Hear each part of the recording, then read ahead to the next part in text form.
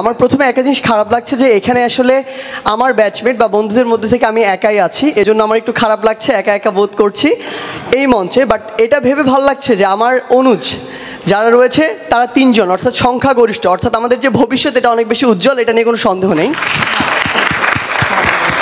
একটা গল্প দিয়ে শুরু করতে চাই। আসলে গল্পটা হচ্ছে আমাদের হলের গল্প। আমাদের হলে মেইনলি 3টা পলিটিক্যাল গ্রুপ খুবই স্ট্রং। একটা হচ্ছে নর্থ বেঙ্গল, একটা দক্ষিণবঙ্গ, আর একটা হচ্ছে ময়মনসিংহ। তো জেলার হিসেবে তাদের এরিয়া তুলনামূলক একটু কম, বাট তারা বেশ স্ট্রং। অ্যান্ড তাদের স্ট্রং থাকার একটা খুবই গুরুত্বপূর্ণ কারণ আছে। কারণটা হচ্ছে তাদের মধ্যে যে আসলে বিভাজন নেই ব্যাপারটা এমন না, তাদের মধ্যে অনেক বিভাজন রয়েছে। কিন্তু তারা যখন ওই ময়মনসিংহ জোন হিসেবে অন্যান্য জোনদের সাথে কোনো বিষয়ে ডিল করে, সেটা সিট হোক বা অন্য কিছু, তখন তাদের কাছে সবচেয়ে বেশি প্রায়োরিটিতে থাকে তাদের জোন, অর্থাৎ তাদের ওই ময়মনসিংহ জোনটি। এটি কেন খুবই একটি ইম্পর্টেন্ট বিষয়, এটি আমি একটু পরে রিলেট করব। আমি অ্যাকচুয়ালি এই ক্যাম্পাসে 6 বছর ধরে রয়েছি, কারণ করোনা 1 বছর আমার বেশি সময় নিয়েছে, না হলে 5 বছরই হতো, যেহেতু আমার মাস্টার শেষের দিকে। তো এই 6 বছরে আমি আমার পথ চলার শুরু থেকে আজকে পর্যন্ত ডিইউডিএসে নিয়মিত ছিলাম। তো এই পথ চলায় ডিইউডিএস কেন্দ্রিক আমার যে অভিজ্ঞতা, সেটা অধিকাংশ হচ্ছে ভালো অভিজ্ঞতা। এটা আমি প্রথমে এক লাইনে বলে নিচ্ছি। এরপরে আমি কিছু বিষয় নিয়ে কথা বলতে চাই, যে বিষয়গুলো নিয়ে আসলে সচরাচর কথা হয় না। আমার মনে হয় আমরা এখানে যারা রয়েছি তারা সবাই ডিইউডিএসকে ওন করি এবং আমরা চাই ডিইউডিএসের উন্নতি হোক। বাট এখানে খুবই ইম্পর্টেন্ট কিছু জিনিস রয়েছে, যেমন ডিইউডিএসের উন্নতি মানে আমরা ডিইউডিএস কেন্দ্রিক যারা রয়েছি এই মানুষগুলো, আমাদের মানসিক উন্নতি প্রয়োজন, আমাদের চিন্তাধারার উন্নতি প্রয়োজন, আমরা যে বিতার্কিক, একজন বিতার্কিক হিসেবে আমাদের উন্নতি প্রয়োজন, আমরা যে সংগঠক, একজন সংগঠক হিসেবে আমাদের উন্নতি প্রয়োজন, এবং সবচেয়ে ইম্পর্ট্যান্ট, সময়ের ডিমান্ড অনুযায়ী ডিইউডিএসে বছরের পর বছর ধরে চলে আসা অনেক রীতিনীতি নিয়ম রয়েছে যেগুলোর পরিবর্তন এবং উন্নতি প্রয়োজন। সো আমি এটা এই 6 বছরের এক্সপেরিয়েন্স আজকে এখানে মঞ্চে ওঠার আগ পর্যন্ত আমার অভিজ্ঞতার আলোকে এটা এখানে বলছি। কারণ এমন হতেই পারে এখানে 4 জন যে রয়েছে, আমি বিশ্বাস করি সকলেই যোগ্য, যে কোনো 2 জনই আজকে থেকে 2 দিন পরে ডিইউডিএসের নতুন নির্বাচিত সভাপতি বা সাধারণ সম্পাদক হতে পারে, এবং তার মধ্যে আমি নাও থাকতে পারি। এটা নিয়ে আমার আক্ষেপের জায়গা কম। তার চেয়ে বেশি আমার আক্ষেপের জায়গা ওই জায়গাটিতে হবে যদি আমি দেখি যে দিনের পর দিন আমার এই ডিইউডিএস, যেই সংগঠনটিকে ঢাকা বিশ্ববিদ্যালয়ে আমি সবচেয়ে বেশি ওন করি, সেটা তার উন্নতির দিকে না গিয়ে যতটুকু প্রত্যাশিত উন্নতি রয়েছে সেটা থেকে বিপরীতমুখী হয়। সো এটা আমার কাছে অনেক বেশি আক্ষেপের জায়গা হবে। তাই এই জায়গাটা নিয়ে একটু কথা বলতে চাই। আমার মনে হয়েছে ওই যে ময়মনসিংহের উদাহরণটি দিলাম, তাদের নিজেদের মধ্যে অসংখ্য বিভাজন থাকতে পারে, দিন শেষে তাদের স্বার্থের বেলায় তারা সবাই এক হয়ে যায়। আমি ব্যক্তিগতভাবে বিশ্বাস করি আমাদের ডিইউডিএসে আমরা অসংখ্য মানুষ রয়েছে, সবাই বিতর্ক করি, নিজের মত প্রকাশ করতে পছন্দ করি। আমাদের মধ্যে মতভেদ থাকবে, এটা খুবই স্বাভাবিক, একদম স্বাভাবিক। কিন্তু যদি কখনো এমন হয় যে আমার ব্যক্তিগত স্বার্থ বা কয়েকজন মানুষের স্বার্থ একপাশে, ডিইউডিএসের স্বার্থ একপাশে, আমি দৃঢ়ভাবে বিশ্বাস করি এই ডিইউডিএস সংগঠনটার জন্য আমার ওই ডিইউডিএসের স্বার্থের দিকে দেখা প্রয়োজন। বাট ইন এ সেন্স আজকে এই মঞ্চে ওঠার আগে পর্যন্ত আমি জিনিসটি দেখেছি, কিছু কিছু ক্ষেত্রে, সকল ক্ষেত্রে আমি কখনোই বলবো না, কিছু কিছু ক্ষেত্রে ডিইউডিএসের স্বার্থটি যতটুকু প্রাধান্য পাওয়া দরকার ততটুকু পায় না। সবচেয়ে খারাপ লাগে যখন আমরা দেখি ঢাকা ইউনিভার্সিটি ডিবেটিং সোসাইটি, এটা শুধু এই কমিটি না, যে কোনো কমিটির ক্ষেত্রে যখন বাইরে যায়, আমরা যখন ডিবেটের মানগুলো দেখি, তুলনামূলক হয়তো আমাদের মান আগের জায়গায় রয়েছে কিংবা উন্নতি করছে, বাট আমাদের তুলনায় তাহলে তাদেরগুলো বেশি উন্নতি করছে। সো আমাদের ওই জায়গাটিতে একটা উন্নতি করার খুব বড় জায়গা রয়েছে, কারণ আলটিমেটলি ট্রফি যে সব কিছুর মান নিয়ন্ত্রণ করে ব্যাপারটা এমন না, বাট ট্রফিটা তো ইম্পর্টেন্ট, কিছুটা তো নির্দেশ করে। সো আমরা বাইরে গিয়ে তুলনামূলক এটা বেশি আনতে পারছি না আগের মতো, কিন্তু আবার আমাদের এখানে যখন বাইরের টিমগুলো আসছে তারা পাচ্ছে না, শুধু আমরাই পাচ্ছি। আমার মনে হয়েছে যে এই 2 জায়গাটির মাঝে কোনো একটা গ্যাপ রয়েছে, কোনো একটা মিসইনফরমেশন রয়েছে বা মিসকমিউনিকেশন রয়েছে। আমি যদি দায়িত্বে আসি, আমার সবচেয়ে বড় কাজ হবে অ্যাকচুয়ালি ওই জায়গাটি খুঁজে বের করা, কোথায় এই সমস্যাটি। আমি বিশ্বাস করি আমি 1 বছরের যে পরিকল্পনা এখানে দিব, এটার চেয়ে আলটিমেটলি লং টার্মে ডিইউডিএসের সাস্টেইনেবিলিটিটা খুবই ইম্পর্টেন্ট, যেটা ওই রুটে সমস্যাটা রয়েছে। আমার মনে হয় অন্তত ডিইউডিএসের স্বার্থে ওই রুটের সমস্যাটা দূর করা খুবই প্রয়োজন। কারণ আমি এখানে 1 বছরের জন্য রয়েছি, 2 বছরের জন্য রয়েছি। আমি কিন্তু এই যে অবনতির জিনিসটা খুব বেশি লক্ষ্য করতে পারবো না। হয়তো একবার 8টা ট্রফি, একবার 7টা, কিন্তু লং টার্মে এটা খুবই ইম্পর্টেন্ট। প্রতিদিন যদি এক করে কমতে থাকে, আলটিমেটলি 20 বছর পরে 20 কমে যাবে। এটা ইম্পর্টেন্ট। সো আমার অনুরোধ থাকবে, যেই আসুক না কেন, এটা নিয়ে কোনো সমস্যা নাই। আমি যদি আসি, আমার প্ল্যান এটুকু থাকবে, ডিউডিএস আমরা সবাই জানি ইন্টারনাল কিছু সীমাবদ্ধতা রয়েছে, থাকা স্বাভাবিক, কিন্তু তার কারণে সংগঠন হিসেবে ডিউডিএসের যেন কোনো ক্ষতি না হয়, সেখানে যেন কোনো ব্যক্তির স্বার্থ প্রাধান্য না পায়, এটা আমার কাছে সবচেয়ে ইম্পর্টেন্ট। আমার ছোট ভাই ফুয়াদ বা এখানে শিমুল রয়েছে, মাসুম রয়েছে, আমি সবাইকে শুধু স্নেহ করি না, আমি কিছু সময় চেয়ে নিচ্ছি, সর্বোচ্চ 1 মিনিট 30 সেকেন্ড। ওকে, আমি সবাইকে শুধু স্নেহ করি না, আমি সবাইকে শ্রদ্ধাও করি। সে নির্বাচিত হোক বা না হোক, তা আমি নির্বাচিত হই বা না হই, তাদের সাথে আমার ওই শ্রদ্ধার সম্পর্ক অবশ্যই থাকবে। বাট আজকে এখানে যারা রয়েছে ডিউডিএসের পরবর্তী প্রজন্ম, সকলের কাছে অনুরোধ যেন সবার আগে ডিউডিএসের স্বার্থটি থাকে। বাকি পরিকল্পনা আমরা ইসির সাথে বসে করতে পারবো, 18টি ডিবেটিং ক্লাবের প্রেসিডেন্ট সেক্রেটারির সাথে বসে করতে পারবো। সবশেষে একটি কথাই বলতে চাই, এই ঢাকা ইউনিভার্সিটি ডিবেটিং সোসাইটিকে ঢাকা বিশ্ববিদ্যালয়ের শিক্ষার্থীরা যেখানে দেখতে চায়, বাংলাদেশ যেখানে দেখতে চায়, আমি সার্জি সেখানে দেখতে চাই। যদি আমি নির্বাচিত হই, তাহলে সেটার জন্য যা করা দরকার আমার সাধ্যমতো আমি সর্বোচ্চ চেষ্টা করব। ধন্যবাদ। ধন্যবাদ। ঢাকা ইউনিভার্সিটি ডিবেটিং সোসাইটি প্রতিষ্ঠার শুরু থেকে যেই যুগে যুগে মানুষের কণ্ঠে এসেছে স্বাধীনতা, মানুষের যুক্তিতে এসেছে মুক্তি। আমাদের আদর্শিক বিপ্লব, রাজনৈতিক স্বাধীনতা কিংবা গণতান্ত্রিক যে আন্দোলন, তার সব কিছু এসেছে মানুষের কণ্ঠস্বর থেকেই।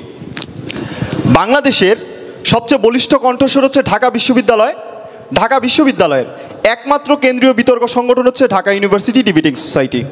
আজকে ঢাকা ইউনিভার্সিটি ডিবেটিং সোসাইটির নির্বাচনী বিতর্কে সভাপতি পদপ্রার্থী হিসেবে আপনাদের সামনে বক্তব্য রাখতে পেরে আমি আনন্দিত এবং মনে করছি যে এটা আমার জীবনের সবচেয়ে বড় সৌভাগ্যগুলোর একটি।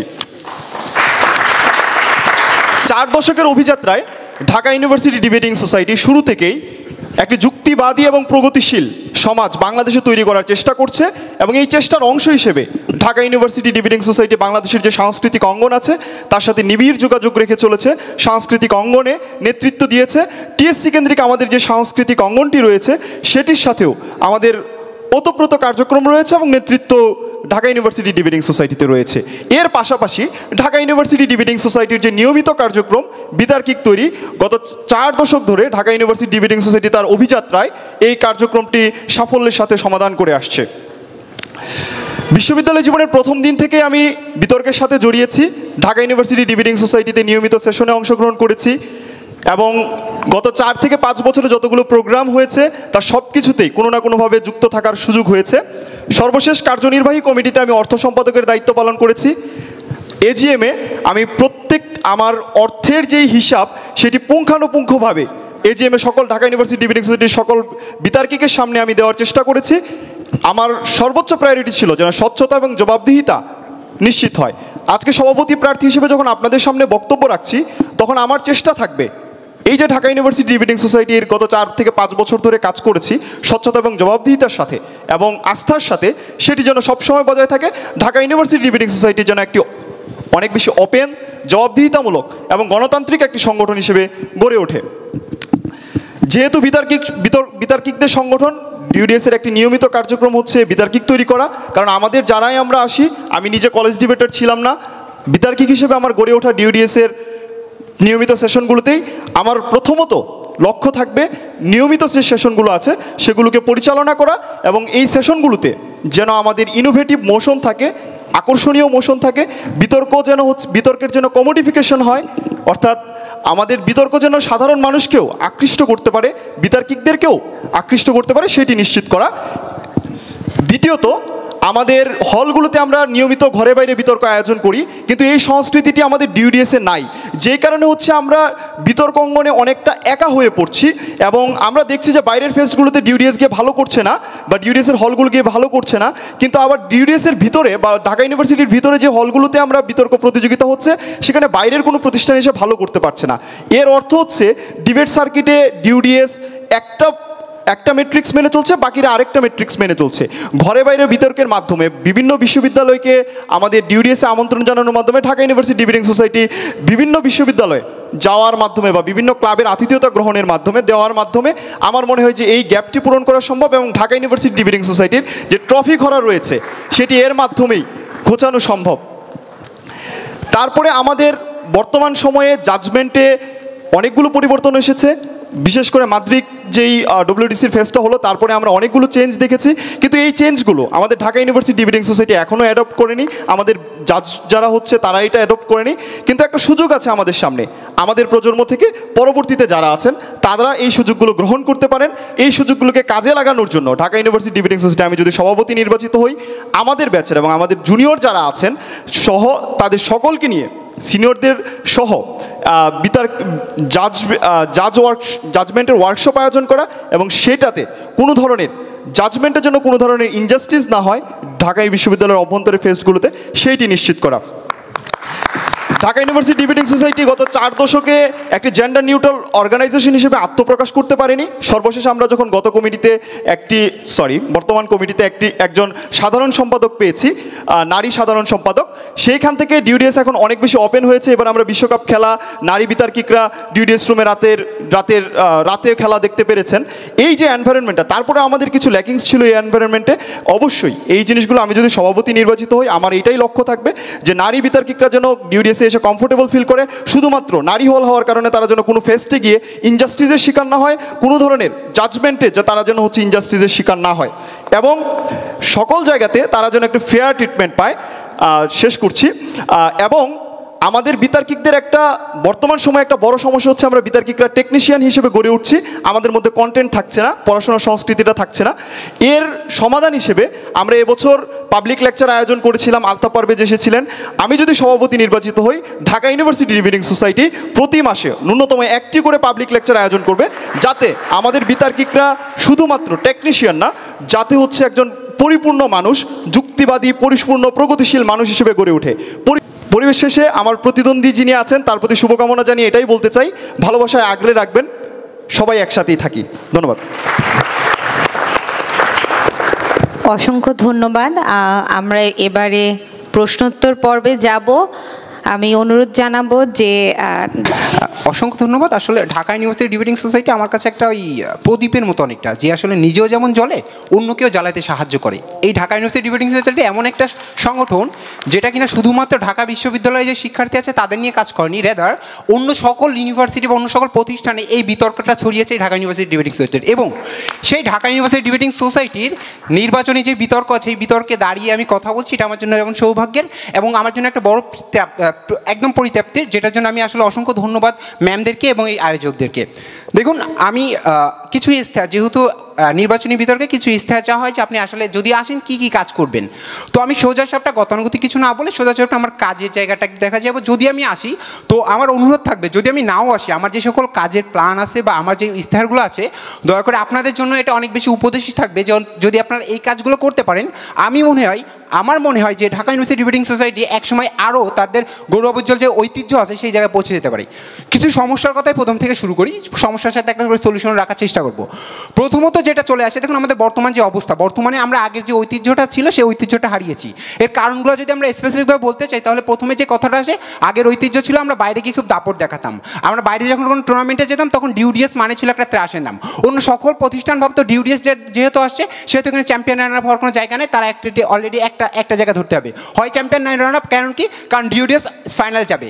দ্বিতীয় আরেকটা জায়গা থাকতো যে আমাদের যে বিতার্কিক ছিল, আগে বিতার্কিকের পরিমাণ প্রচুর পরিমাণ বাড়তো, অর্থাৎ আমরা প্রচুর পরিমাণ বিতার্কিক তৈরি করতে পারতাম। এখন আমরা বিতার্কিক তৈরি করাটা কমে গেছে, একই সাথে আমাদের সেশনের যেই বিতর্কগুলোর মান, ওই মানগুলোও কমে গেছে। সকল কিছুর একটা বড় একটা রিজন হইতে পারে ট্রফির কথা অনেকে করতে পারে যে ট্রফিটা আসলে মূল না, বিতর্কটা মূল। দেখুন, ট্রফিটা একটা বড় ইম্প্যাক্ট। কীভাবে ইম্প্যাক্ট ফেলাই? ট্রফিটা যখন আপনি ব্যাক টু ব্যাক পেতে থাকবেন, তখন ওই যে ত্রাসের কথা বললাম, ঐতিহ্যটা থেকে যাবে। অন্য জায়গায় যখন যাবেন তখন আপনাকে ভয় পাওয়া শুরু করবে। একই সাথে সেশনগুলোতে যে বিতর্কের মান, এই বিতর্কের মানগুলো কেন বাড়বে? যখন কিনা আমার জুনিয়ররা দেখতে পাবে না আমার ডিউডিএস এখান থেকে এই শিরোপাগুলো আনতে পারতেছে, অর্থাৎ সে মোটিভেটেড হবে, তখন সেই কাজগুলো করবে। এখন ট্রফিটার জন্য আমরা অনেক বেশি পিছিয়ে আছি, তো ট্রফিটা আসলে কীভাবে আসতে পারে এটার একটা ব্যাখ্যা দেওয়া যেতে এভাবে। দেখুন, আমাদের যখন আমরা প্রেসিডেন্ট সেক্রেটারি হয়ে পড়ি দুইজন, তখন দুইজনের কাছে গুরু দায়িত্ব চলে আসে। আমি কখনো এটা দেখি নাই যে এই দুইজন আরও চারজনের সাথে আলোচনা করে ঠিক করছে আমার পরবর্তী সিলেকশন কী হবে। রাদার আমার কাছে একটা ভালো সলিউশন এটা মনে হয়, আমি যদি আসতে পারি আমি অন্তত এই টিম সিলেকশনের জন্য আলাদা 4 জনকে বাছাই করে রাখবো। যেই 4 জনের কাজ থাকবে তারা প্রেসিডেন্ট সেক্রেটারির সাথে কাজ করবে, অবশ্যই কথা বলবে, কিন্তু এই 4 জন মাঠ পর্যায়ে থাকবে। প্রেসিডেন্ট সেক্রেটারি সবগুলো টুর্নামেন্টে যায় না, তারা সবগুলো ফেস্টে যায় না, তারা শুধুমাত্র দেখে ডিওটি কে হয়েছে, এই ডিওটির দিকে যাচাই বাছাই করে। আসলে আপনি ঢাকা ইউনিভার্সিটির ডিওটি হওয়া এবং বাইরে ডিওটি হওয়া এই দুইটা হচ্ছে ভিন্ন, আপনাকে বুঝতে হবে। এই 4টা মানুষকে আপনি যদি লাগিয়ে দেন, এই 4টা মানুষ ফেস্টে থাকবে, বিভিন্ন সেশনে যাবে, বিভিন্ন জায়গায় যাবে এবং যাচাই বাছাই করে সিলেক্ট একটা টিম পাঠাইতে পারবে, যেটা অবশ্যই আপনাদের অনুমতিক্রমে। 2 নম্বর একটা জায়গা হতে পারে এমন, দেখুন আমাদের যে নারী বিতর্কিকরা আছে এদের জন্য কিছু কাজ করা, এদের একটা নিরাপদ একটা পরিবেশ তৈরি করা। দেখুন আমি গত কমিটিকে মানে যে রানিং কমিটিকে অনেক বেশি ধন্যবাদ জানাবো। তারা আসার পরে নারীদের যে উন্নয়নটা আসছে এটা আসলে এতটা বেশি আগে আমি কখনো দেখি নাই, হয়তো আমার জানার কম থাকতে পারে, কিন্তু আমি এটা আসার পর অনেক বেশি দেখেছি। এবং আমি যদি এই জায়গাটায় আসি আমি 2টা জায়গায় চেঞ্জ করার চেষ্টা করবো, একটা হচ্ছে ইন্টারনাল এবং এক্সটার্নাল।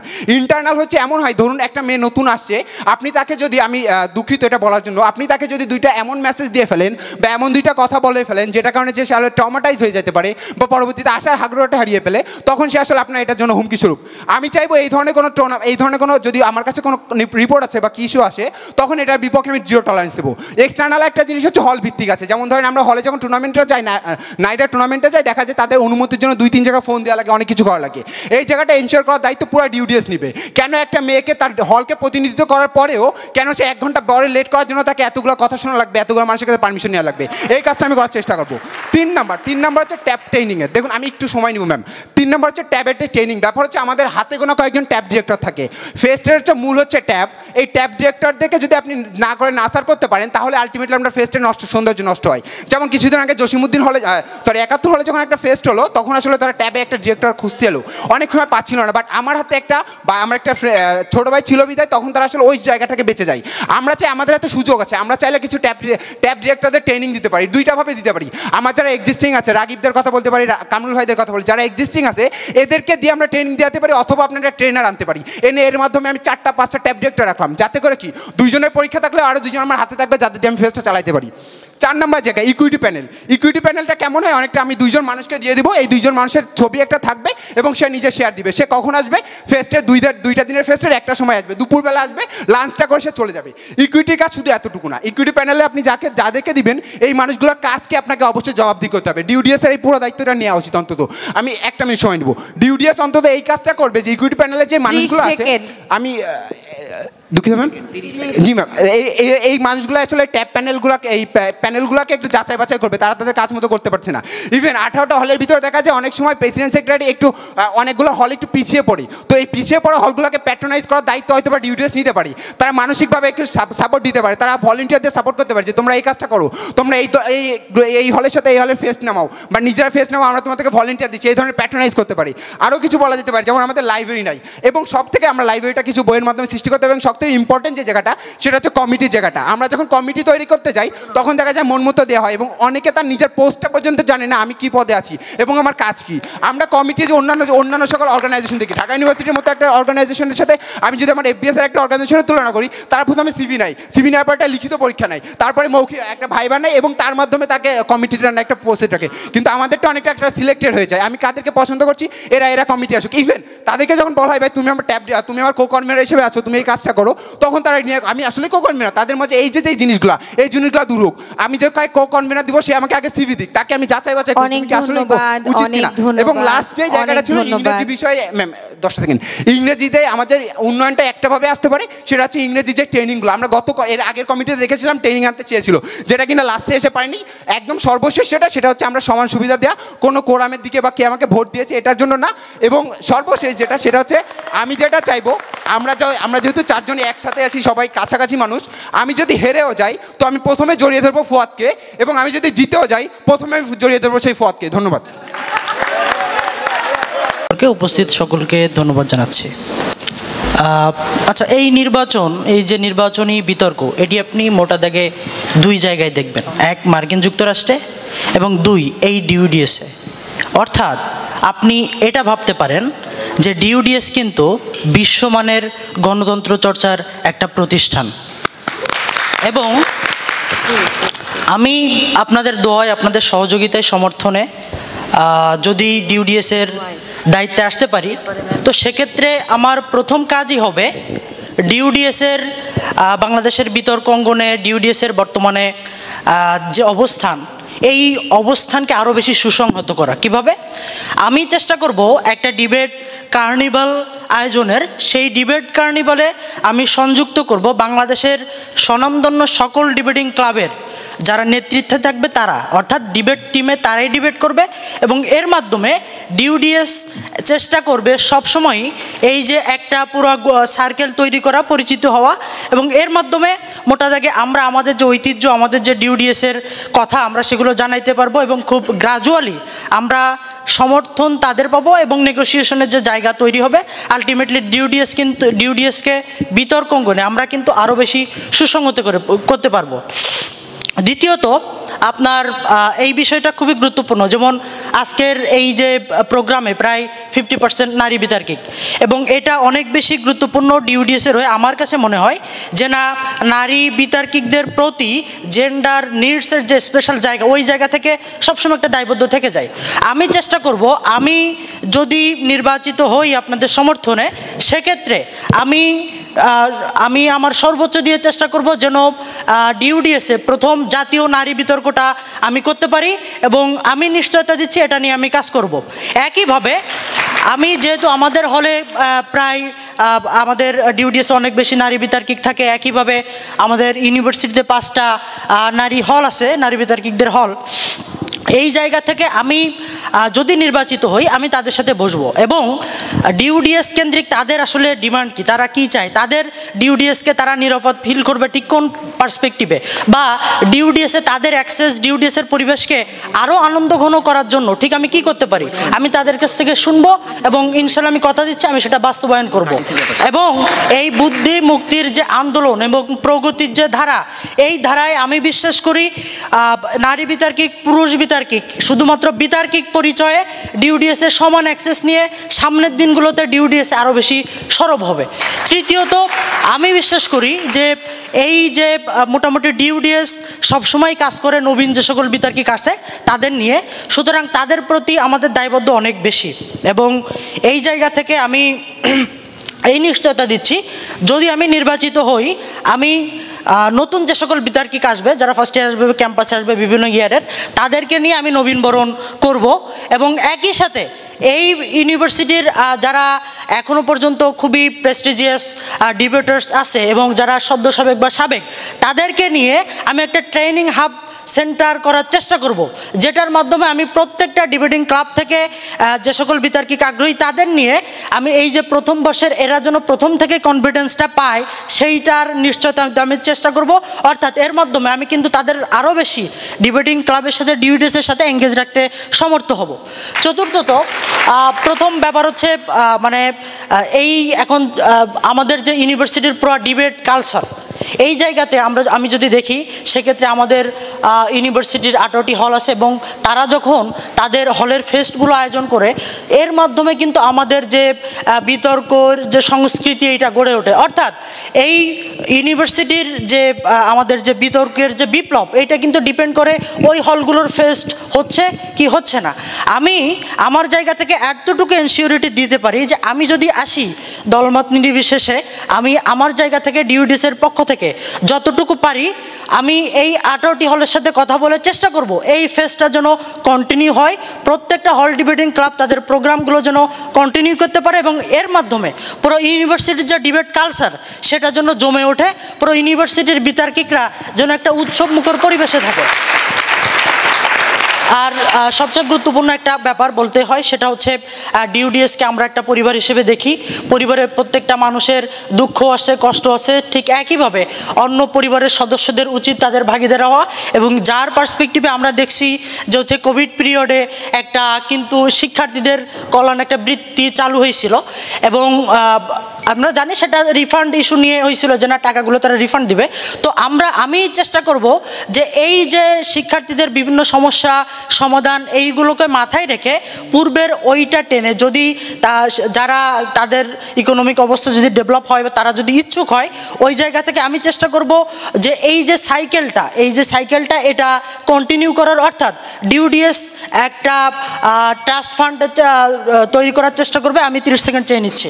ট্রাস্ট ফান্ডের গঠন করার চেষ্টা করব এবং এর মাধ্যমে ডিউডিএসের যার যে ধরনের সমস্যা আছে সেটা মোকাবেলা করার চেষ্টা করব। এবং লাস্টে একটা পলিটিক্যাল ভাষণ দিই, সেটা হচ্ছে আসলে আমি চাই আপনাদের সবার জন্য একটা ব্রিজ নির্মাণ করব এবং সেটা হবে আমাদের যারা সাবেক আছে এদের সাথে বর্তমানদের একটা ব্রিজ। এটা কোনো কংক্রিটের ব্রিজ না, এটা হবে সম্প্রীতির ব্রিজ, এটা হবে সৌহার্দ্যের ব্রিজ, এটা হবে ভালোবাসার ব্রিজ। এই ব্রিজে যে সকল কলেজ বিতার্কিক আছে তাদের আমরা হলের বিতার্কিকের সাথে অ্যাটাচ করব।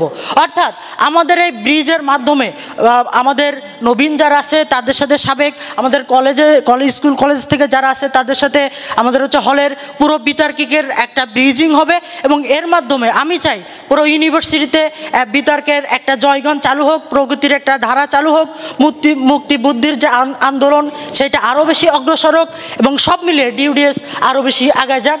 আমার জন্য দোয়া করবেন। ধন্যবাদ। অসংখ্য ধন্যবাদ।